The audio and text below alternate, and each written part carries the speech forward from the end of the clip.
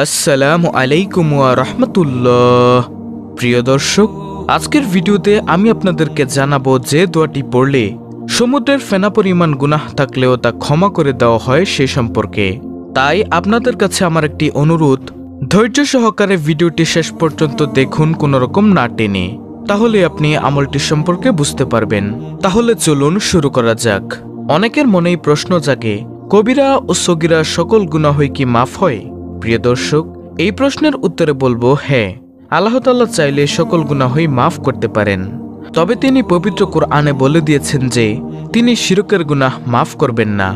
এছাড়া অন্যান্য গুনাহ মাফ করবেন, যেমন আল্লাহ তাআলা বলেন, নিশ্চয়ই আল্লাহ তার সাথে শিরক করার অপরাধ ক্ষমা করেন না। এছাড়া অন্যান্য অপরাধ যাকে ইচ্ছা ক্ষমা করে দেন।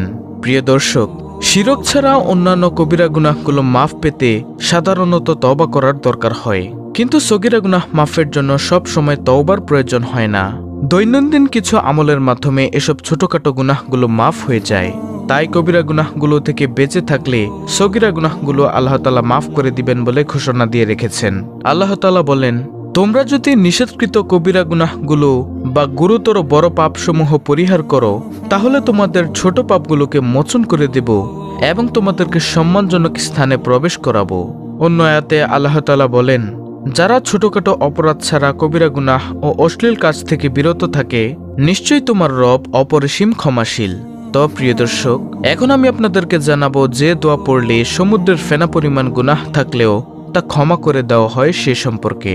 সেই দোয়াটি হলো, হযরত আবু হুরায়রা রাদিয়াল্লাহু তাআলা আনহু বর্ণনা করেন, রাসূলুল্লাহ সাল্লাল্লাহু আলাইহি ওয়াসাল্লাম বলেছেন, যে ব্যক্তি প্রত্যেক ওয়াক্ত নামাজের শেষে ৩৩ বার সুবহানাল্লাহ, ৩৩ বার আলহামদুলিল্লাহ এবং ৩৩ বার আল্লাহু আকবার পড়বে, আর এভাবেই ৯৯ বার হওয়ার পর শততম পূর্ণ করতে বলবে, লা ইলাহা ইল্লাল্লাহু ওয়াহদাহু লা শারীকা লাহু লাহুল মুলকু ওয়া লাহুল হামদু ওয়া হুয়া আলা কুল্লি শাইইন কাদির, তাহলে তার গুনাহসমূহ সমুদ্রের ফেনারাশির মতো অসংখ্য হলেও ক্ষমা করে দেওয়া হয়।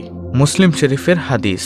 আর প্রিয় দর্শক, এই দোয়াটির অর্থ হচ্ছে, আল্লাহ ছাড়া কোনো প্রকৃত ইলাহ নেই, তিনি একক ও তার কোনো অংশীদার নেই, সর্বভৌম ক্ষমতার অধিকারী একমাত্র তিনি, সব প্রশংসা তারই প্রাপ্য, তিনি সব কিছুর উপর ক্ষমতাবান। সুবহানাল্লাহ। এই দোয়াটি আপনারা যেভাবে নিয়ম দেওয়া আছে সেভাবে আপনারা পড়বেন। প্রিয় দর্শক, আমলটি করার জন্য আপনাকে ফরজ সালাত আদায় করতে হবে, তাহলে আপনার গুনাহসমূহ সমুদ্রের ফেনারাশির মতো অসংখ্য হলেও ক্ষমা করে দেওয়া হবে। উল্লেখ্য, হাদিস বিশারদগণ বলেন, গুনাহ মাফের এই ফজিলত কেবল সগীরা অর্থাৎ ছোট গুনাহের ক্ষেত্রে প্রযোজ্য, কিন্তু কবিরা গুনাহ নিষ্ঠার সঙ্গে তওবা করা ছাড়া ক্ষমা করা হবে না। তাই কবিরা গুনাহের কারণে আল্লাহ তাআলার কাছে ক্ষমা প্রার্থনার কোনো বিকল্প নেই। আল্লাহ তাআলা অতি ক্ষমাশীল, তার দয়া একেবারেই নিকটে। এমন চিন্তা থেকে একই গুনাহ বারবার করে গেলে চলবে না। গুনাহের পুনরাবৃত্তি হতে দেওয়া যাবে না, কারণ কোনো বান্দা যদি সব ধরনের গুনাহের কাছ থেকে বিরত থেকে সব সময় এক আল্লাহর সন্তুষ্টির জন্য ইবাদত ও ক্ষমা প্রার্থনা করতে থাকে এবং ব্যক্তি জীবনে আল্লাহর নির্দেশিত পথে চলে, তবে ওই বান্দা মহান আল্লাহর রহমতের কাছাকাছি এবং রহমত পেয়ে ধন্য হবে। রাসূলুল্লাহ সাল্লাল্লাহু আলাইহি ওয়াসাল্লামের হাদিসের ঘোষণায় প্রমাণিত যে খুব কম সময়ে এবং সহজ উচ্চারণে তাসবিহ, তাহলিল, তাহমিদ ও তাওহীদের কালেমার ঘোষণায় মহান আল্লাহ বান্দার সমুদ্রের ফেনা পরিমাণ গুনাহ ক্ষমা করে দিবেন। যে আমলগুলো ব্যক্তি জীবনে বাস্তবায়নের মাধ্যমে আল্লাহর ক্ষমা ও সন্তুষ্টি অর্জন মুহূর্তেই সম্ভব। এছাড়াও কোনো বান্দা গুনাহ করলেও আল্লাহর পক্ষ থেকে সব সময় যে ক্ষমার দরজা উন্মুক্ত, তাও পবিত্র কোরআন সুন্নাহর ঘোষণায় প্রমাণিত। তাই প্রত্যেক মুসলমানের উচিত নিজে যেমন এই আমলগুলো করে গুনাহ থেকে নিজেদের ক্ষমা পাওয়ার চেষ্টা করা, ঠিক তেমনি অন্যদেরকে এই আমলের প্রতি উৎসাহিত করতে তা জানানোর প্রতিযোগিতা করা জরুরি। যেভাবে আল্লাহ তাআলা ঘোষণা করেছেন পবিত্র কোরআনে, তোমরা সৎ কাজে প্রতিযোগিতার মাধ্যমে এগিয়ে চলো। সূরা বাকারা আয়াত নম্বর ১৪৮। অতএব সবার উচিত ইসলামী বিধিবিধান মেনে চলার চেষ্টা করা, গুনাহ থেকে বেঁচে থাকার এবং কোরআন সুন্নাহের নিয়মিত অধ্যয়ন করা, অন্যকে ইসলামী বিধিবিধান মেনে চলার, গুনাহ থেকে বেঁচে থাকার এবং কোরআন সুন্নাহর অধ্যয়নে নিয়োজিত থাকার প্রতি উৎসাহিত করা। হাদিসে এসেছে, আল্লাহ তাআলা বলেন, হে আদম সন্তান, যদি তোমরা কেউ পৃথিবী সমপরিমাণ গুনাহ নিয়ে আমার কাছে আসো এবং আমার সঙ্গে কাউকে শরিক না করে মিলিত হও, তাহলে আমি পৃথিবীর সমপরিমাণ গুনাহ ক্ষমা করে দিব। প্রিয় দর্শক, এর থেকেই বোঝা যায় কবিরা গুনাহের কোনো ক্ষমা নেই, শুধুমাত্র তওবা ছাড়া। আল্লাহ তাআলা আরও বলেন, আমি তোমাদের পরীক্ষা করব কিছু ভয়, ক্ষুধা, সম্পদহানি, প্রাণহানি ও ফসলের ক্ষতির মাধ্যমে। তুমি সুসংবাদ দাও ধৈর্যশীলদের, যারা তাদের প্রতি মুসিবত আপতিত হলে বলে, ইন্না লিল্লাহি ওয়া ইন্না ইলাইহি রাজিউন, অর্থাৎ নিশ্চয়ই আমরা আল্লাহরই এবং আমরা তার কাছেই ফিরে যাব। তাদের প্রতি তাদের রবের পক্ষ থেকে শুভেচ্ছা ও রহমত এবং তারাই হেদায়েত প্রাপ্ত। সূরা বাকারা আয়াত নম্বর 155 থেকে 157। বান্দা যখন আল্লাহর দ্বারস্থ হয় তখন তিনি ক্ষমা ও দয়ার কুদরতি হাত প্রসারিত করেন। বান্দা ইস্তেগফার করলে আল্লাহ তাআলা আযাব দেন না। পবিত্র কোরআনে এসেছে, আপনি তাদের মাঝে থাকা অবস্থায় আল্লাহ তাদের শাস্তি দিবেন না এবং তারা ক্ষমা প্রার্থনা করলে তখনও আল্লাহ তাদের শাস্তি দেবেন না। সূরা আনফাল আয়াত নম্বর 33। হাদিসে কুদসিতে বলা হয়েছে, বান্দা যদি দৈনিক 70 বার অপরাধ করে এবং 70 বার ক্ষমা চায়, আমি তাকে ক্ষমা করে দিব। প্রিয় নবী সাল্লাল্লাহু আলাইহি ওয়াসাল্লাম দৈনিক 70 বারের অধিক বা 100 বার তওবা ইস্তেগফার পড়তেন তথা ক্ষমা প্রার্থনা করতেন। অথচ তিনি সহ সব নবী রাসূল ছিলেন মাসুম বা সম্পূর্ণ নিষ্পাপ। আল্লাহ রাব্বুল আলামিন মানুষ সৃষ্টি করে তার মধ্যে পাপ পুণ্যের সম্ভাবনা দিয়ে রেখেছেন। শয়তানের প্ররোচনায় পড়ে মানুষ আল্লাহর অবাধ্যতায় লিপ্ত হয়, গুনাহ করে ফেলে। কিন্তু গুনাহ হয়ে গেলে একজন মুসলমানের প্রথম কাজ হলো তওবা করা।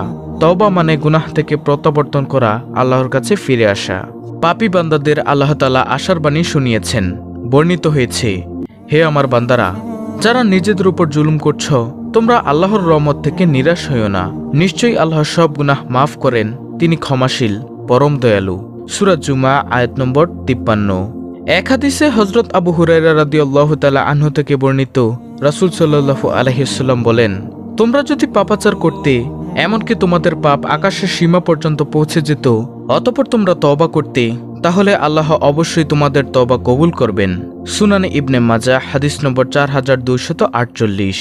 উম্মুল মুমিনিন মা আয়েশা রাদিয়াল্লাহু তাআলা আনহু বলেন, রাসূল সাল্লাল্লাহু আলাইহি ওয়াসাল্লাম বলেছেন, মুসলিম ব্যক্তির উপর যেসব বিপদ আপদ আসে এর মাধ্যমে আল্লাহ তাআলা তার পাপ দূর করে দেন, এমনকি যে কাঁটা তার শরীরে বিদ্ধ হয় সেটার দ্বারাও। বুখারী শরীফের হাদিস, হাদিস নম্বর 5640। তাই প্রিয় দর্শক, গুনাহ হয়ে গেলে তওবার নামাজ পড়া উচিত সবার। হাদিসে রাসূল সাল্লাল্লাহু আলাইহি ওয়াসাল্লাম বলেন, যদি কেউ গুনাহ করে ফেলে, তারপর পবিত্রতা অর্জন করে 2 রাকাত সালাত আদায় করে আর আল্লাহর কাছে ক্ষমা প্রার্থনা করে, তবে আল্লাহ ক্ষমা করে দেন। তিরমিজি শরীফের হাদিস, হাদিস নম্বর 3276। তো প্রিয় দর্শক, আজকের ভিডিও থেকে আমরা এটাই শিখতে পারলাম যে গুনাহ হচ্ছে 2 প্রকার তথা সগীরা এবং কবিরা। সগীরা গুনাহগুলো ক্ষমা করে দেওয়া হয়, যেমন জিকির করার কারণে, ভালো ভালো আমল করার কারণে। আর কবিরা গুনাহ আল্লাহ তাআলা তওবা ইস্তেগফার না করলে মাফ করেন না। তাই অবশ্যই আমরা চেষ্টা করব সব সময় বেশি বেশি ইস্তেগফার, জিকির, নামাজ, রোজা ইত্যাদি বেশি বেশি আমল করার জন্য।